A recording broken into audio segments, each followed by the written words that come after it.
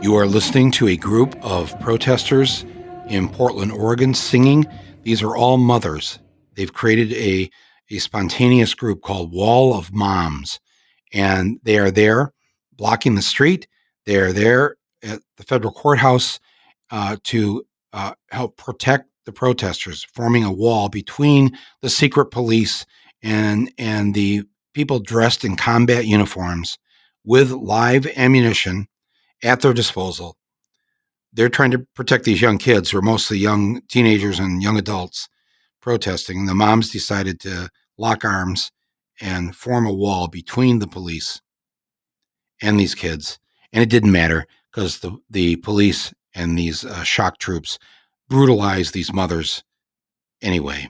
And that is why you are listening to part 2 of our emergency podcast system episode called Donald Trump's Police State. This is part 2. I am Michael Moore. The emergency podcast system is part of our main podcast, Rumble with Michael Moore, but we do these when things happen where we just cannot wait. We need to get this episode out, and we need to ask you to please listen to what's being said and to please consider taking some form of action. So part 1 was yesterday. Our guest was a 17-year-old journalist who has been documenting what's been going on in Portland for the past 56 days.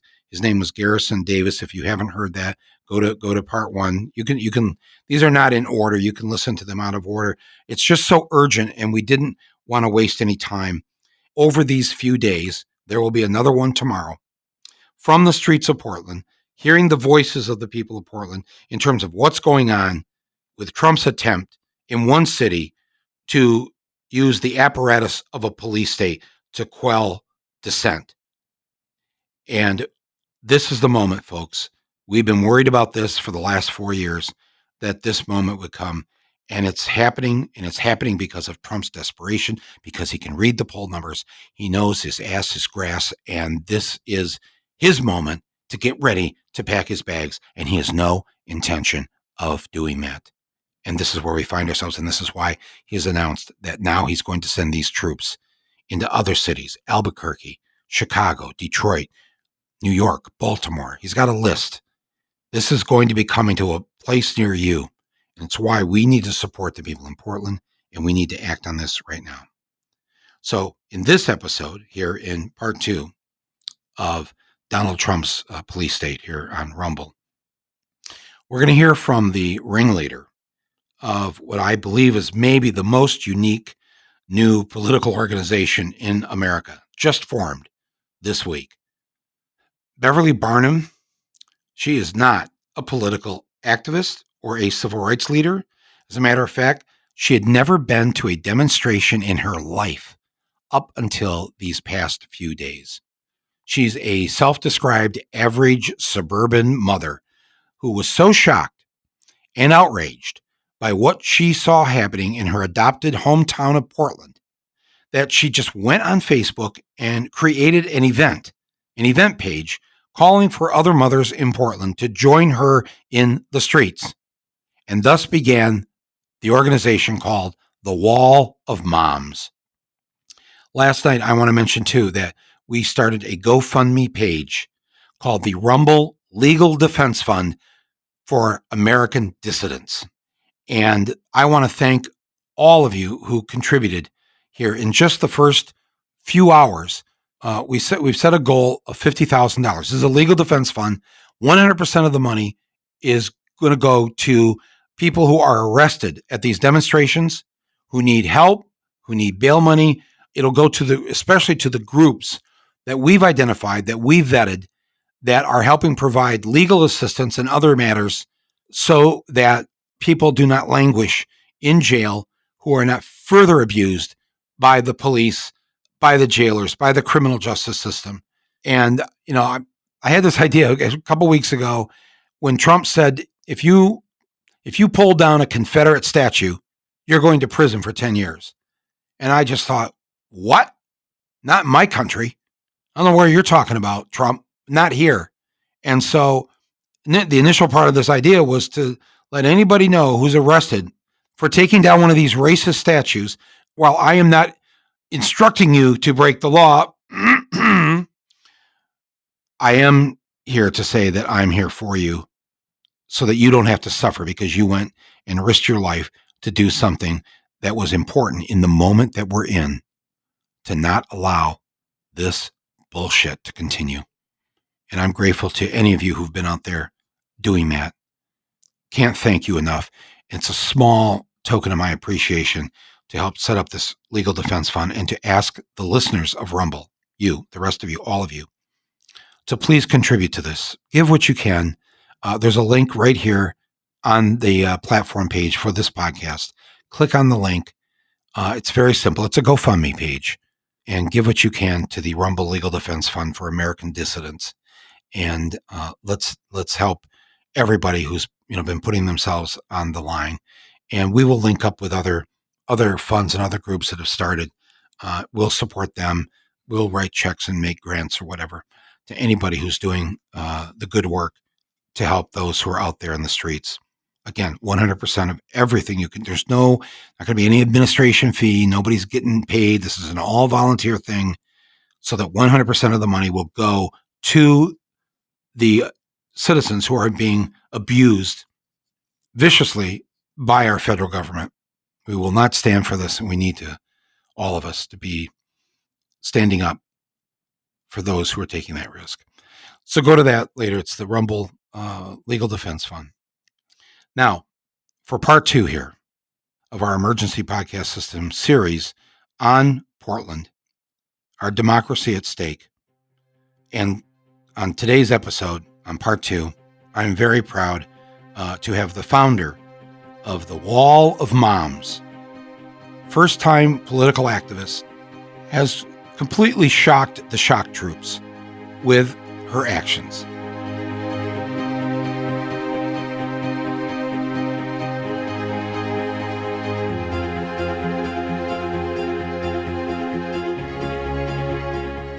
We are with Bev Barnum, and Bev has done many things over the years, but she did something this past last Saturday, where, as you and we are all aware, because this is why we're focusing on Portland in this episode, we have witnessed, those of us who don't live in Portland, the President of the United States and his Attorney General sending what look like combat troops or some form of secret police or whatever to Portland to try and put down what they believe has been a 2-month-long uprising since the murder of George Floyd. And I guess they've seen enough.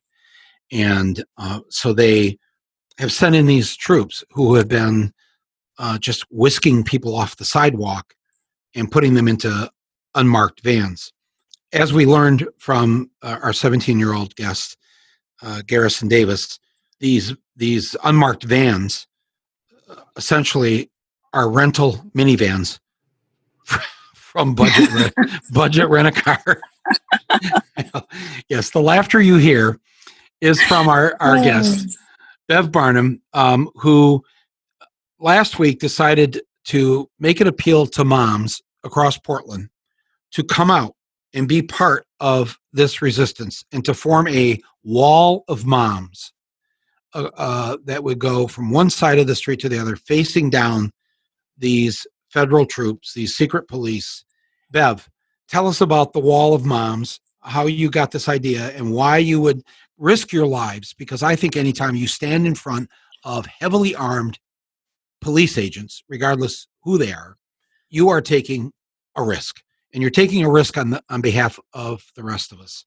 So what got into you? What did you do? And what happened? All right. So you actually touched on what my impetus was. It was that viral video of 2 federal officers picking up a protester and putting them in that unmarked van. I was confused when I saw it. It was 9:30 at night. I was getting ready for bed. I reached over to my husband and I said, "Would you watch this with me? It's weird. I don't understand." And then he gave me this look of not like terror, but like, what the? Sorry, I'm not going to cuss. But after our brief conversation, how it seemed awful and maybe even illegal, I started to Google, and in my Google search, in Twitter and Facebook and Instagram, all of these stories popped up about how a protester was shot in the head. Protesters were beaten. They were using pepper spray, beanbag rounds, anything that you would use in war to disperse. I guess what you would call, what's the word for the enemy? Okay, yeah, we're the enemy. That the citizens here and citizens of Portland are essentially the enemy. And to be clear, in a war, usually both sides are firing on each other. How many protesters have fired guns at police or the military that has been sent in? How many bullets? None, right? Okay, I just wanted to make that clear. None.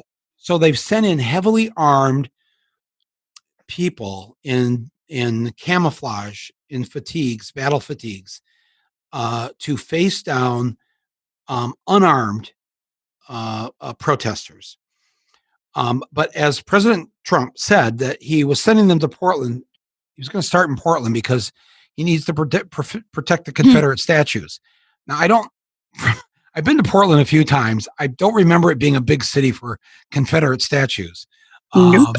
But he did sign this executive order that said he was going to put people in prison for 10 years if you defaced federal property or took down federal statues, or any kind of statue that was honoring great American traitors. So, so why? My first thought was, okay, I know exactly. I saw the same footage you saw, and what your husband said to you. I had the same thought, and I'm like, this can't be happening, really. Right. And even though we think, yes, the worst can happen. We've seen the worst happen under Trump, but really, Trump, really? No, this isn't happening. And why Portland? And of course, having been there a few times, I'm well aware that standing up for what you think is right, being loud about it, being organized, being political, is part of the what runs through the bloodstream of Portland, Oregon. And I think Trump knows that too. And I think that he knew that if he could make an example in Portland, he could really shut this thing down across the country. Oh, yeah, this is target practice. Make no mistake about it. Target practice. Wow. Those federal officers, they're using us as target practice. There is plenty of mom blood on the ground now at the Justice Center, no less. Let's just sit with that one for a second.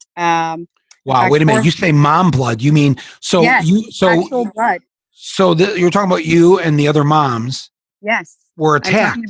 I'm talking about federal officers one night ago attacking moms holding the front line. Of course, the media will tell you that we were throwing bricks at them or water bottles, or that we took off our $130 dance goes and threw them at them.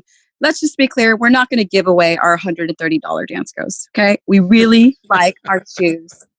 And us showing up in our Ann Taylor loft and our $3.99 Michael shirt should prove to you that we're not there for war. We were chanting, leave our kids alone.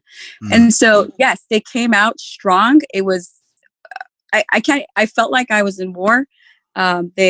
One specific mom, she was lifted, dragged.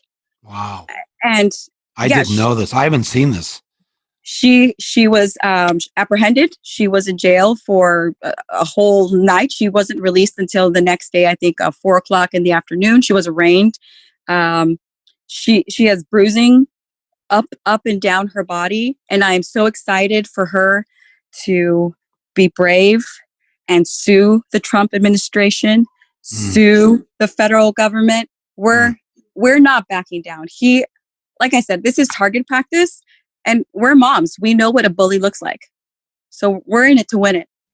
We're going to show them what it looks like to have democracy. Why do you think these shock troops targeted her in that moment? Because she was wearing a tutu. A tutu makes you look soft. Let's be honest. She looked innocent. Of course, you're going to go for the one in a tutu that's like 100 pounds, 5'2", and not go for the one that's 200 pounds, 5'8", wearing a, fuck Trump shirt. Well, it's strategic. there are cameras. They're watching us the whole time. Okay. It's just strategy. That's it. Yeah. It also sounds like cowardly behavior too. And that too. By the way, who gives these orders, Michael Moore? Who's telling them to shoot moms? Where does this come from? I would like to know. Well, you'll find out in that lawsuit, and I'll tell you. I'll put money down on this right now that those orders come from on top. They have a specific mission. You're right. It is strategy for them. It is target practice. They announced the other day that now it's Albuquerque is next, and then Chicago. They want to go to Baltimore and Detroit, and first Portland. So you put up last weekend this thing on your Facebook or whatever you something that you said it was a call to action and to other moms to show up on Saturday night, I believe, and you told everybody to wear just look like you. If I'm correct me if I'm wrong. You told everyone to just look like you would look as if you're going to Target. Yes. Do I have that right? Those are my exact words. Yes. And you thought that would protect you. No, but it's so.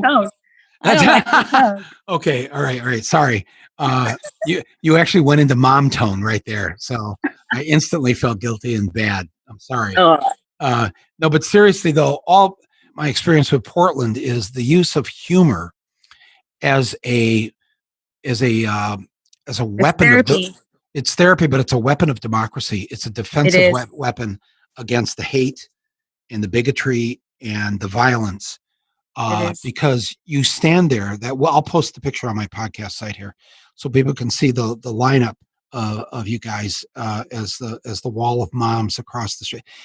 When you got there, and how many other moms joined you on that first day or first night? The first one, I think it was 70 of us. 70 I think it was 50 to 70 of us at Shea India's protest at South Waterfront. Yeah, right. At the Salmon Street Fountain. I think it was anywhere between 50 to 70 of us. Okay, well, that's a fuckload of moms to begin with. Right? So I'm just saying, you can look that up in the dictionary too. You can see that. But okay, so there you are, and now you're face to face with this line of these secret shock troops that have been sent in by Trump and Barr. And what is the look on their faces? Because this is not what they're expecting. They're expecting, some kind of anarchist group that's going to be throwing Molotov cocktails or whatever. Well, we can't see their faces. They're dressed for war. They have the helmet, the goggles, that mask that allows them to breathe, even though they're throwing tear gas at us. We can't see anything on them. We can't. They're there for war. They're not going to allow us to see their skin color or their eyes or their faces. One, because they know that if their mama saw them shooting mamas and grandmas and teachers and librarians, they would have a talking to. And beyond. I wonder how many of these men don't tell the truth. Don't say what they do for a living because they're so ashamed. Of course, right. Wow, I didn't think about that. Yes, that's very true. I can just imagine, even though you couldn't see their face, they just must have thought, what the hell? What do we do? What do we do with this? None of our training, whether they are actual military or whether they're Homeland Security, kids in cages type agents or whatever, none of their training has led them to this moment where they know how to deal with 70 moms who look like they're going to Target. They don't know what to do they must have. I don't think they started shooting tear gas at you right away, did they? I mean, they had to. There must. Yes. No. They did. The first time Saturday night that we were out there. Yes. By the way, they came out of all sorts of doors. That was my first time there, so I didn't really know the lay of the land. I know it well now, but they came out of a side door on the side street, and they walked up that side street, and then assembled in front of us. And within 45, not even a minute, they dispersed I think it's called a flashbang by my feet, and there's video evidence of that. Yeah. And then the smoke, but I didn't know what it was, right? Like I had no idea what that was until obviously I couldn't breathe and I lost control of my bodily function. It was pretty disgusting. And I was blind and I ran away. So yeah, it took them a matter of minutes. Wow. They didn't give to, you know what? They didn't. There was no restraint. They didn't even say who they were, by the way. They didn't even say disperse. They didn't say, this is an unlawful whatever. And by the way, we weren't on the sidewalk of the Justice Center. We were on the street. There is nothing unlawful about being on the street, dressed in Ann Taylor Loft, dance goes, chanting, leave our kids alone. There is nothing illegal about that. And moms everywhere, this is a call. Please become the wall of moms wherever you are, LA, New York, anywhere in the whole world. Please, this is the call. If you're a mom, show up for your people. If you see people getting hurt, show up for them. Just as you would if you saw someone drowning, you run into that water and you pick up the kid. Just as you saw someone fall off their bike, you run to that person. You hear a baby cry, you always turn your head. Why? It's primal. You want to protect people. So stand up, moms. Protect people while wearing Ann Taylor Loft. What? But this is very serious what you're saying, because this is kind of shocking that it's like in less than a minute, they didn't give a shit. Yeah, they didn't give a shit. And they were going to hurt you. Yes. And they no did. matter what. And they did. And there are people being struck by these, whether they're rubber bullets or whether they're the canisters, or whatever. There are people bleeding in the street, and you would think not in this country, right? Right. Right. You had never experienced something like that before. No, never. But that's what you see in other countries, Yes, that's what you see on the news. Yes, if you're in war, when you're at war, or you're being oppressed, by the dictator of Brazil or the Philippines or whatever, you expect that there. Or, I mean, I've had rubber bullets fired at me, but they were by Israeli soldiers. So if you're Palestinian, you know that smell of the tear gas, and you know the rubber bullets, and you know just how much danger that you have to live with probably every day. But not here, right? No. And I would think people listening to this right now, she mentioned, think about this if you're in New York or LA. I say think about this if you're in Topeka. Think about this if you're in Racine, Wisconsin, because they intend. How do I say this? He has no intention of leaving 1600 Pennsylvania Avenue. No, he doesn't. And you're onto something. You're right. I smell it too. Yeah, and as long as this amazes me too, that because there's so many good people who serve our country in the armed forces. I'm sure there are good people that work for border and customs and all these other. But for crying out loud, what is the plan here? Because they have a plan. I don't think this is random. I don't think starting in Portland is random. I think that if he can't figure out a way to postpone the election, if he can't figure out a way to use COVID-19 as an excuse, you can only suppress the vote so much by shutting down so many polling places. Right. Really hard on people to vote. In the end, violence does scare people. And I guess that is, now that I think about it, putting myself in his shoes, putting myself in his hair. I think actually I would fire on the moms first. I would do that because that sends the message to Topeka and to Boise and to Tucson that this is what we will do to you if you fuck with us. If you get in the way of the plan, we don't care. You can wear all the Ann Taylor Loft you want, but we're going to stop you. And it will not happen in these other cities. There will be no protests. There will be no, people will just accept. That's their hope, because Fuck that. Sorry. no, it's okay. We're not on live TV. I'm sorry. You're on a podcast called Rumble, so Okay. don't apologize. But I don't know. Do you think I'm off here? I mean, it's just No, you're onto something. Do you want to know why? Because today the feds assembled a brand new, sturdy as fuck fence, bordered with concrete supports. And they also removed our beautiful, it's like this ornate fencing that we use for our parks. They removed them completely and they're putting down piping.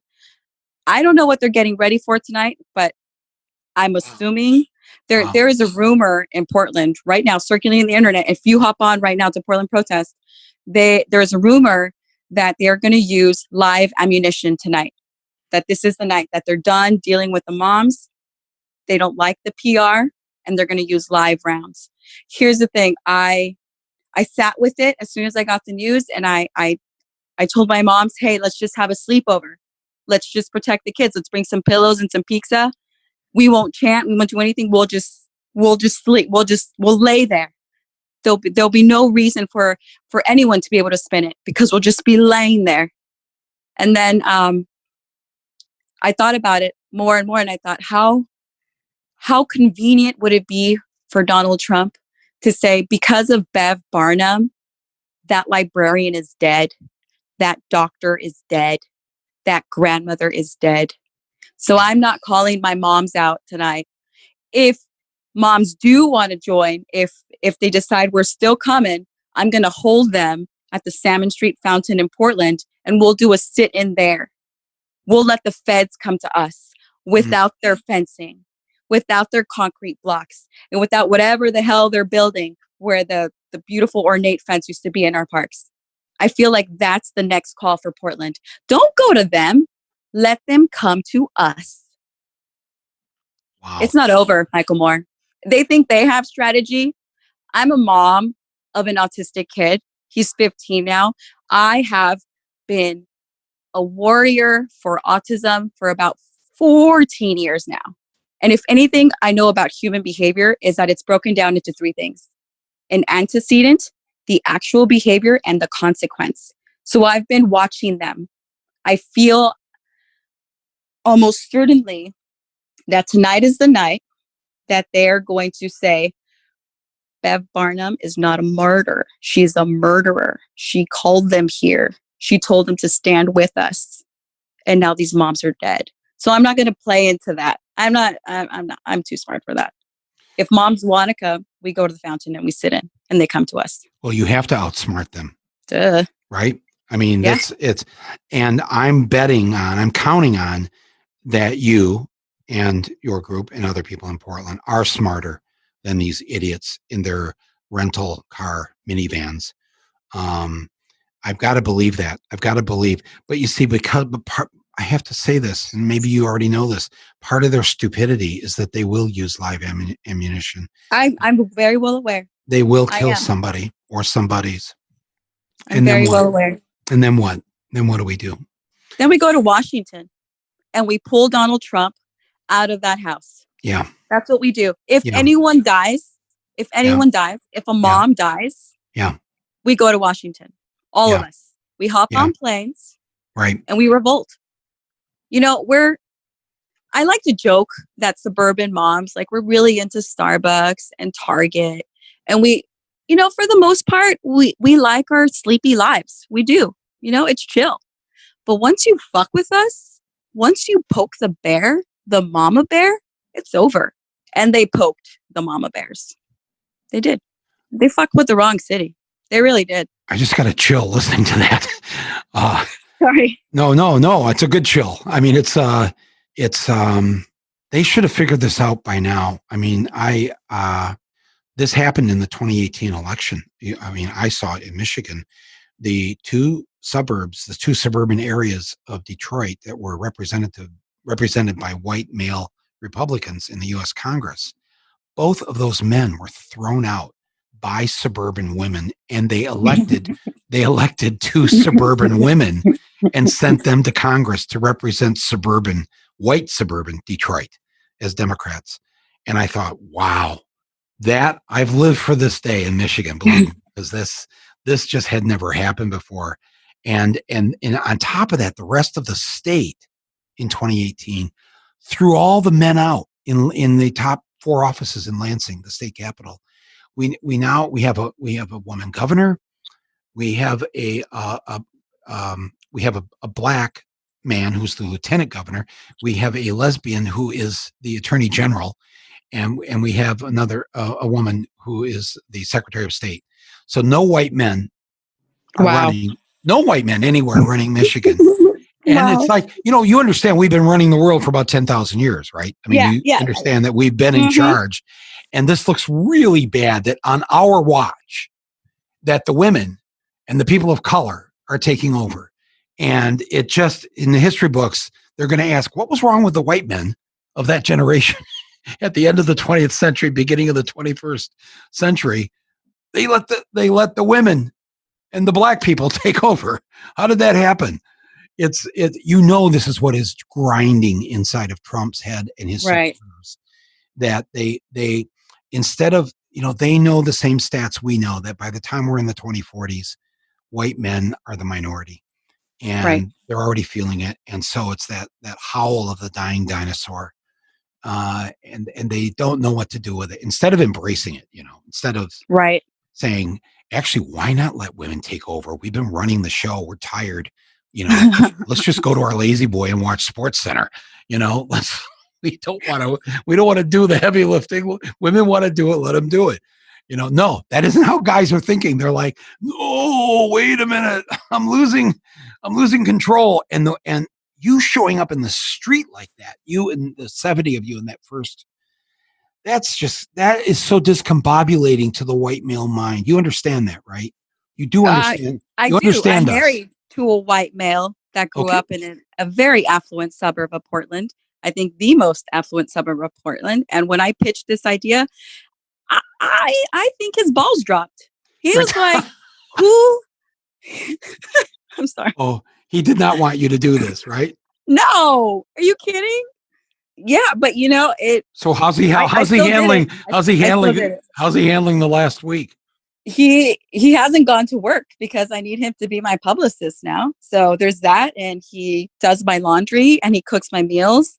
So it's, the role reversal feels really good. I feel so powerful, empowered.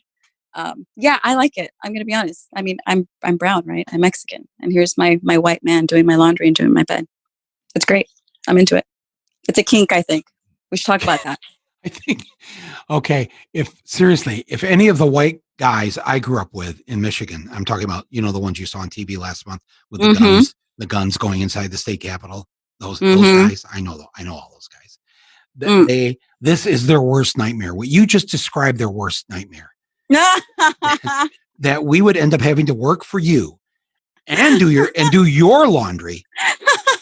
First of all, can I just say, why would you ever let us do your laundry? Because secretly we do not like separating the light colored clothes from the darker colored clothes. We don't. Why would you let us ruin your clothes? That's just my. Oh my gosh! Well, if he wants me to spend more money, he will ruin my clothes. If he doesn't want me to spend more money, there you go. That's the perfect threat right there. It's control. So, all right. So this goes in this pile, this goes in that pile. I don't want to spend any more money. Hey, if you don't mind just hanging on a second before we go any further, I want to give a shout out to one of our underwriters who support this podcast. They're called ExpressVPN. You've heard me talk about them before. If you've ever searched for something online and, maybe you didn't want anybody to know what you were searching for. Hello, NSA, right? This is like your privacy. And yet, boom, folks, I think we all know what happens here. Once you go on to something, they grab your information and they sell it. And this is why I am happy to have ExpressVPN as an underwriter of the show, because I support their attitudes toward privacy and to help you and me when we go online have that privacy. And now probably some of you are thinking, hey, Mike, what are you talking about? I use the incognito mode to hide my online activity. The government, nobody will ever know. No corporation will ever know. Well, I'm sorry, but I'm here to tell you something. Incognito mode does not hide your activity. It doesn't matter what mode you use or how many times you clear your browsing history. Your internet service provider, your ISP, right? They can still see every single website that you've ever visited. That's why, even when you're at home, you shouldn't go online without using ExpressVPN. ExpressVPN is easy to use and it runs seamlessly in the background. You don't even know it's there. Doesn't affect anything you're doing. And it's available on all your devices, whether you're using your phone, your computer, your smart TV, 2 tin cans and a string. No, okay, I don't think. No, okay, sorry. I've just been told it does not work with that. But you can maintain your privacy no matter how you're going online if you use ExpressVPN. So I'm suggesting that you give it a shot here. You go to expressvpn.com/rumble. And if you get a 1-year package with them, they'll give you an extra 3 months because you're a listener of this podcast, a podcast that they support. So go to Express, that's EXPRESS VPN, expressvpn.com/rumble to learn more. And again, thank you. Personally, I thank ExpressVPN for being one of the underwriters that have decided that this podcast must be heard by as many millions of people as possible. All kidding aside here, though, seriously. Okay. Because by the time people are listening to this, it could be that somebody is seriously hurt. Right. And right. Right. And I guess I just personally want you to know that as someone who is 3,000 miles away from you and I can't be there, I am so grateful for the risk that you and the others are taking, both the moms and also the amazing young people. Yes. And you're all doing it during a pandemic. This would have been the last time you'd ever want to organize any political movement. You got that right. Right? We're holding the line. That's what we're doing. We're holding the line. I just saw this documentary on, we're coming up here next month to the 100th anniversary of women fighting for, demanding, and gaining the right to vote. And the last 2 years of that, the last 2.5 years of that took place during the great flu epidemic of 1918, 1919. And it actually went into early 1920. That fight took place again during another time where you were not supposed to leave the house. You were not supposed to gather. And you had to, they didn't know as much science-wise as we do now, but that once again, that we would find ourselves in a medical emergency led by women and young people who were sacrificed during World War I for something nobody can still explain what that was for, and women who resisted it and resisted the president because they didn't want to lose their sons in a stupid war. That this would be repeating at the same exact moment almost here 100 years later. And I feel that again, I think we're going to win this. I think we are going to remove him. I think, and I don't want to get, I'm the last person to do the end zone dance on the 2-yard line. Yeah. But I didn't believe any of the bullshit back in 2016 that we were going to just grease our way right into the White House there with everybody was going to come out for Hillary because nobody was going to vote for that idiot. And I tried to warn people that I'm sorry, you're looking at it the wrong way. And it's we learned a lesson. Yeah, Biden might not be our first choice given ordinary circumstances, but these aren't ordinary circumstances. We have a raving lunatic in the White House. Oh, absolutely. And I gotta say for Biden, every day or two, he seems to understand that he needs, the way you win is not trying to convince Republicans to vote for you. If they're still a Republican and still for Trump after 4 years, they are lost. I'm sorry to say this. Yes. Lost souls. Yes, they are. And hopefully some of them will come back someday. But for now, we need to focus on the people that we can get who will get out and vote if they feel a reason to. And it can't just be a negative thing. It can't just be because we hate Trump. It's got to be because the new president will do X, Y, or Z, and so every other day he says a new little thing where he starts to tack left, tack progressive, tack, that he's giving up on some of the, in the way that a lot of people, I think, during this pandemic have said, no, I don't want to go back to the old way. We need to think this out differently. I don't know. Maybe am I too optimistic here, or is this? No, you're onto something. You are. You're onto something. Because my I'm glad. my guess is that when he saw the same footage that the rest of us saw of the 70 of you moms in the street, he probably thought that was a good idea. He probably thought that was a really good idea. And you know what he'll think will be a bad idea? If they hurt any more of you. That is not going to go over well. But, I read this thing, I forgot, I'm sorry, I can't quote it correctly to people. Martin Luther King was very aware, as was Gandhi, that yes, we are nonviolent people, but we realize that we will only bring about change when we force the enemy to show their true face, to show how much they believe in violence, and that they were willing to risk their lives, so that, because once the American people saw the fire hoses unleashed, the dogs unleashed on the protesters, on nonviolent protesters, beaten, John Lewis beaten, that the American people, and I was a kid then, I have a memory of this. The American people said, "Whoa, I don't know. I wasn't really for all this civil rights stuff, but whoa, You're right. I'm not for that." Call to arms. You're right. Yes, it was. That was the one. And then all across the nation, right? That's when the real change started to happen. People got out of suburbia and started marching. They marched. Yeah. They marched. That's right. And those of us in Michigan, we know the story of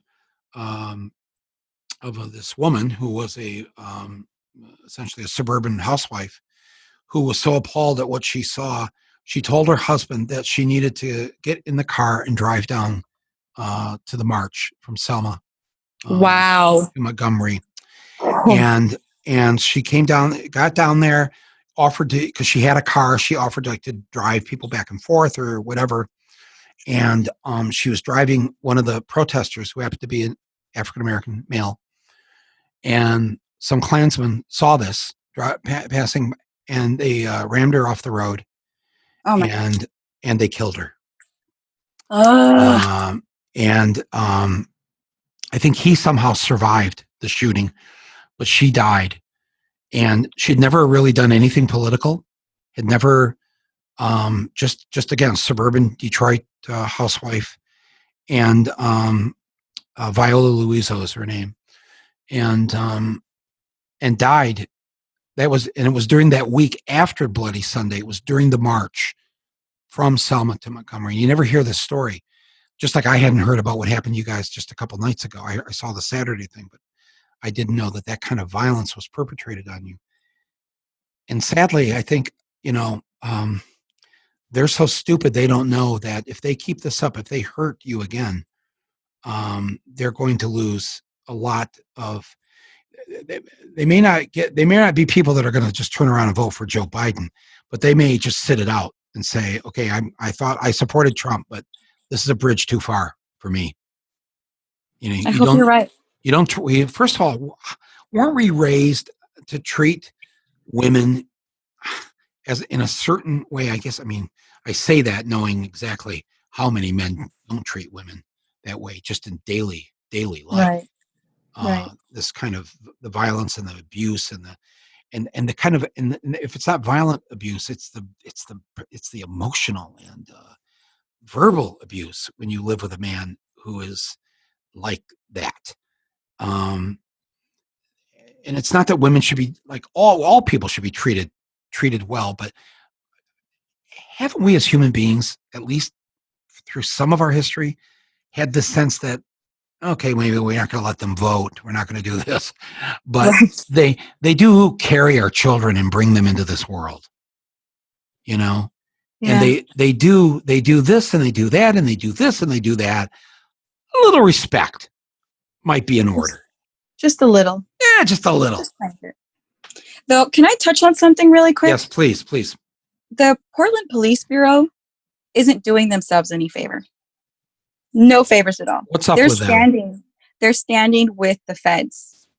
I need you to say this out loud to anyone that'll hear you. They're helping the feds shoot us. Wow. Yeah, they are protecting the feds. The way it looks on TV is that they've just kind of disappeared into the background. No, right? They do a very good job of pretending. Wow. But they're there. Yeah. They show up in the blue and are the scary, scary ones, the soldiers. They're dressed as soldiers. Like they look like they're in Iraq. But our PPB, they're dressed in blue. So pay very close attention to the pictures. Look closely. They're there.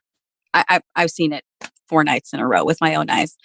And another thing I want to touch on is that the second night that we were there, where we were holding the line on the fence, like actually putting our bodies on the fence to keep the feds in there. We noticed when they opened those doors that they would shoot out those flashbangs. Yeah. And then they would go down and lay down. They left the doors open so we could see. They would just lay down. And then they would come shoot again and lay down.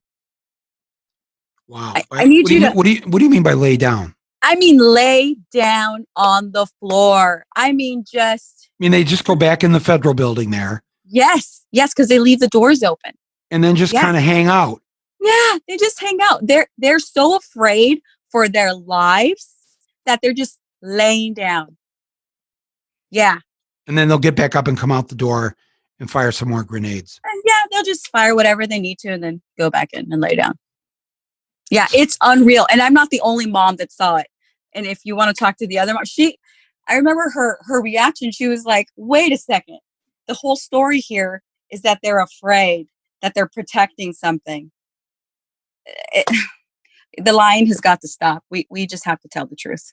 Whatever truth we see, we need to voice it. And what about the local politicians? Where are they? Where's the leader? God. Why aren't they? Yeah. It looks like in the news, Ted Wheeler had announced that he would be with us tonight, but news surfaced a little after that announcement that live munitions would be used on protesters. I haven't looked at Ted Wheeler's latest announcement. I think it was just about an hour ago. I'll learn if he's going to protest or not. But what I'm trying to say is Ted Wheeler, I don't want to say he's spineless, and I don't want to say he's weak, but I want to say that because he is so wealthy, he has no skin in the game. He doesn't need that job. That man is part of like the founding family of Oregon. Like his ancestors are those racist people that said no Mexicans allowed to buy a house, no Black people allowed to buy a house, no Asians allowed to buy a house, unless of course you are the slave of the owner of the land. Ted Wheeler has zero skin in the game. So we as regular, hardworking folk need to stop electing these rich, whiny, weak individuals that don't know what it's like to have to eat top ramen so that they can pay their phone bill. He doesn't know what it's like to suffer. He doesn't. So why would he have any empathy? Why? They're trying to portray him in the news like he's kind of, sort of on your side. If he was on our side, he would have been with us that very second night. When he saw the images of Saturday night, he would have been enraged and he would have been with us there on Sunday night. He's the boss of the police. He's the boss. He lives here. Yes, he lives there. Right. Come on. Yeah, and he is the boss of the police. He could say, hey, it's time to protect and serve your citizens. Protect them from the feds. But no. So he's weak. He doesn't care. Or maybe he's playing a game. It's totally possible that he's telling the feds and the police department, it's cool. I'll pretend that I actually give a shit and you guys just keep shooting people. He's just as rich as Donnie. Those two have no empathy, no capacity for empathy. And this is proof of that. Because if they did have any empathy after Saturday's videos, Yeah. they would have pulled back. They would have said, wait, okay, regroup, an olive branch, something, because the moms are pissed and now they're hurt. But that's not what happened. Correct? No, that is not what happened. And I've wondered this, like he seems to talk a good line, but where's the action to allow his police to be part of this? And this whole thing of this, the police union's headquarters they claimed was firebombed by protesters. This headquarters is like miles away from where the protests are.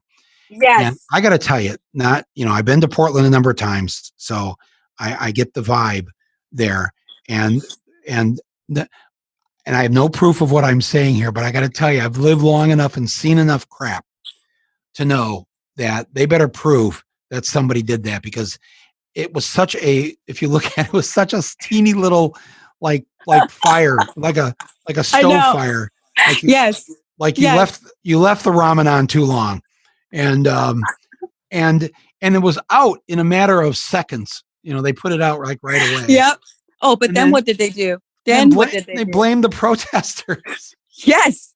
Oh, and then they kicked some ass. Have you seen that video? Yeah. No, I know. Geez. Tell me about this one. They acted like linebackers, all of them. It's I can't even describe it. It's just a wave of linebackers tackling protesters and dragging them to jail. Yeah, I want to say that the mainstream media was what's the word? Was blind to what was actually happening, because they weren't. Yes, thank you. Yeah. But it's over now. Our cameras are rolling. The cameras are rolling. That's right. People are out. No, I mean the people's cameras are rolling. The moms' cameras are rolling. The moms' cameras. This 17-year-old I talked to who goes to Northwest Film Center. They have a little film school there in Portland. Yes. They've got a whole band of filmmakers, young filmmakers out there documenting everything. But you understand, and the reason I've asked you to be on this episode is the rest of us out here, and I'm sorry to put this pressure on you, but you've already put it on yourselves. We need you to win. We need you to face them down and send them packing. They can't. If they get away with this in Portland, the rest of us are screwed. And I'm sorry that's on all of you, but also from my experience, there's no better place to have people standing up for our country and standing up for this democracy than in Portland, friggin' Oregon. Thank you for saying that. Thank you so much. It's the truth. I've actually, I get asked every now and then, hey, if you didn't live in Michigan or in New York, where I work a lot, obviously. So where would you live? I get this. Where would you live? And God, can you believe I used to say Minneapolis? Oh,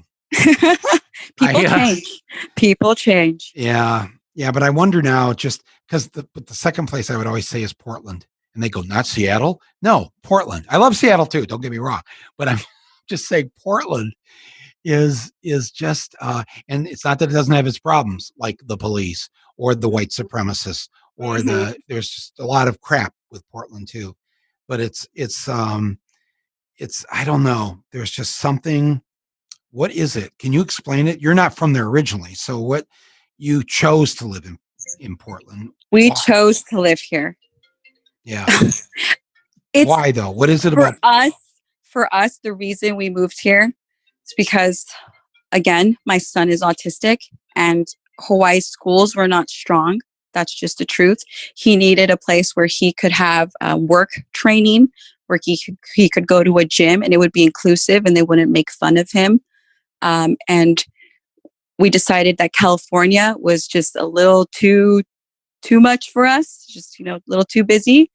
And Portland's people would accept him. And we were not wrong. He is at the most incredible school.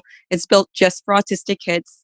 And I know that some people are like, oh, that's a really bad idea. They don't get to hang out with neurotypicals. But let's be clear, the teachers, the work release, the programs that they do, the volunteer work that they do, their art studies, these kids are getting a well-rounded education within a community that cares about them as human beings, that doesn't see them as others. And that's one amazing just portion of Portland. It's people here can be different. You can have no hair, pink hair, you can have anything.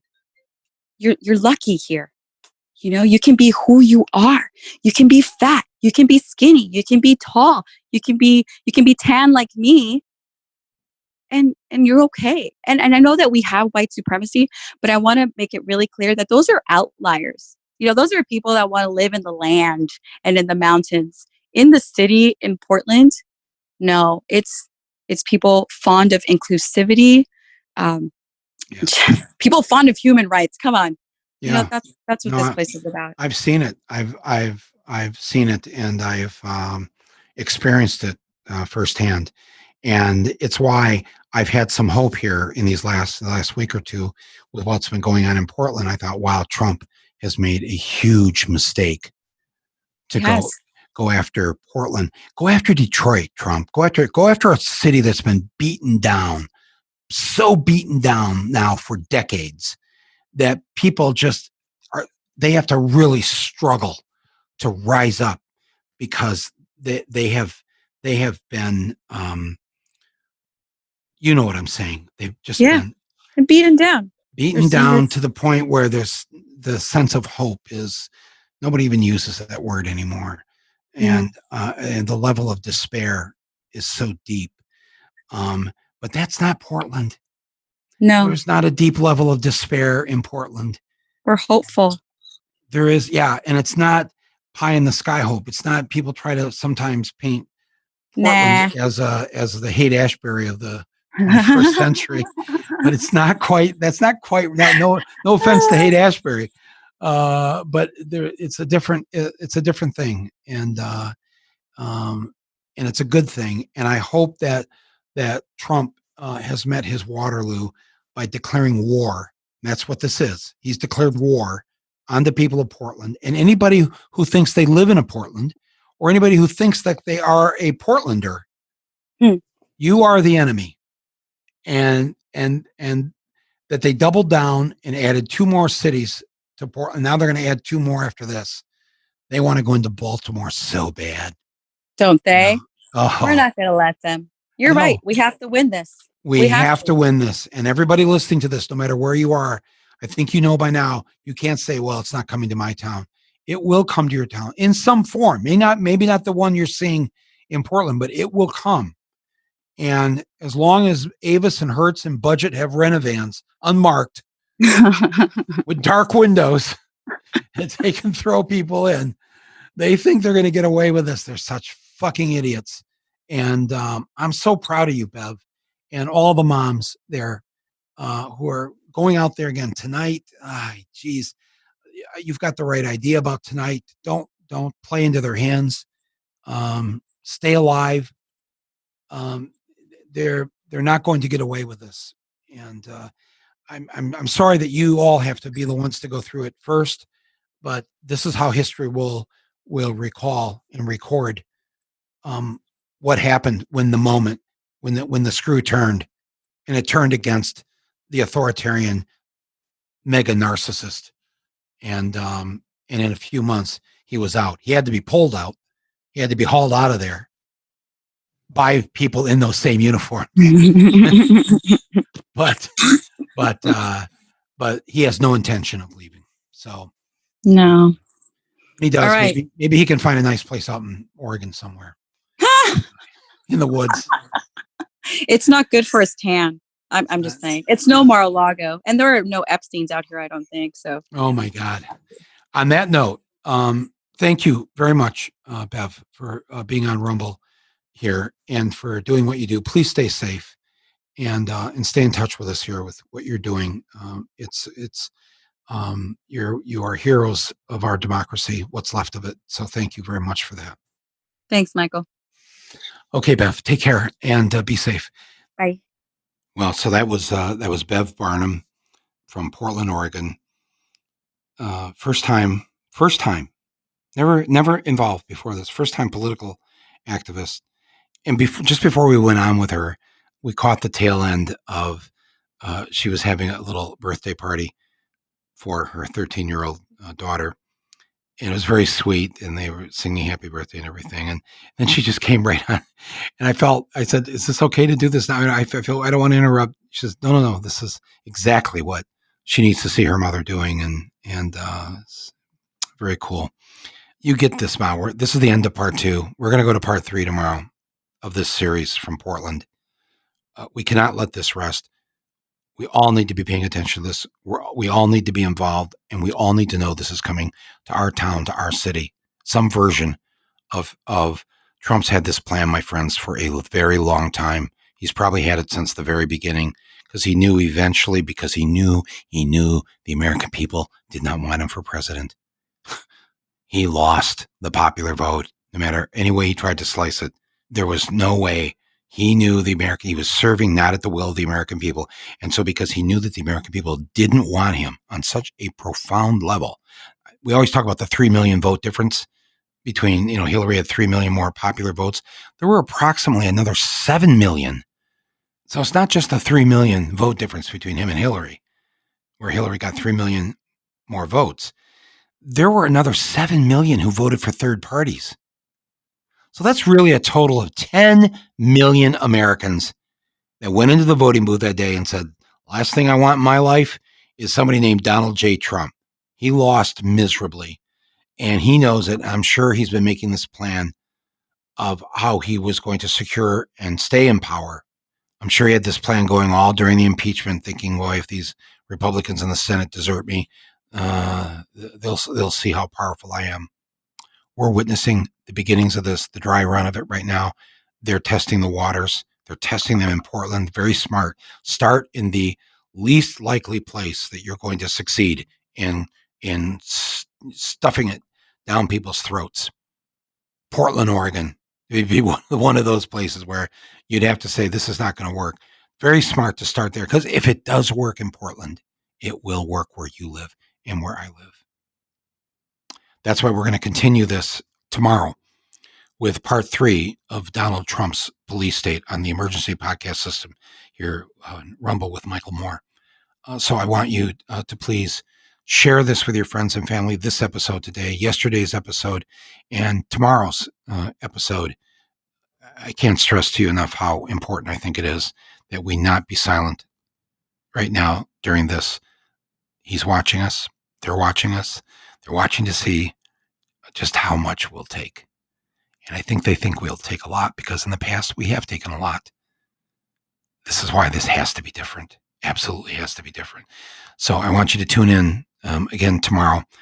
We're going to have on another voice, another person from Portland. Her name is Teresa Rayford. She is one of the original people with Black Lives Matter in Portland years and years ago, long before Trump, when Black lives weren't mattering then either. And she started a group in Portland called Don't Shoot Portland, and has been a very outspoken citizen. And we thought an important person to have on as we bring you the voices from the streets of Portland here in this this series on Rumble. So come back and listen to us tomorrow. And let me just, one more reminder. We have set up the Legal Defense Fund for American Dissidents, the Rumble Legal Defense Fund for American Dissidents. And this is money to go specifically to helping those who are being arrested, those who either they don't have bail money, they don't have a lawyer, or they get a public defender. And, but there's all these other costs involved. There's the research, the gathering of evidence, maybe hiring an investigator, doing the things that, rich people get if they have to go to court. So this is be a small token to help people around the country who are being arrested because they're taking down statues, because they're out there in the streets, because they've said enough. And I want to stand by anybody who's willing to take that risk. And that's what this legal defense fund is for. And I'm asking you to please join with me in contributing whatever you can. There's a link right here on the podcast page for Rumble. And you just hit the link and give what you can. It's very simple. It'll take you, 30 seconds. It's a GoFundMe page. 100% of all the monies in there will go to various individuals or groups that we deem to be appropriate in terms of receiving this money and the good that they will do with it to help those who are under assault. And we'll post the results of this, complete transparency. You'll see the good you've done by joining with me and being part of my fund. And plus, it'll just be cool to have you, so I'm not so alone sometimes doing this stuff.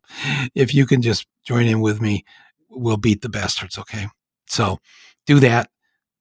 Share this podcast with your friends and family. If you haven't subscribed, subscribe. It's free. If you're not on my Facebook or Twitter or Instagram, go and be part of that, because I do a lot of follow-up and a lot of other things on my Facebook site and my Instagram site. My Instagram handle is Michael F. Moore. My Twitter handle is Flint, MM meaning me, and you know what Flint is.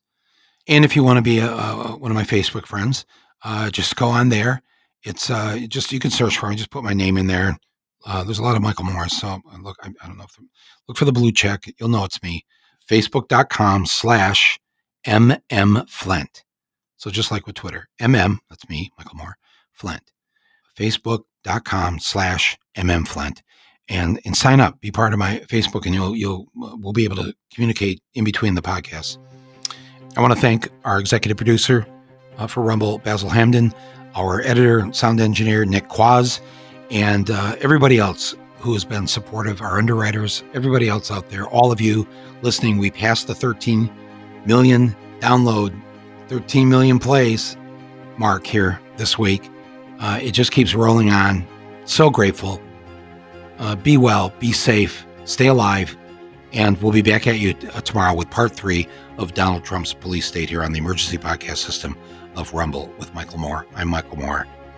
Talk to you then.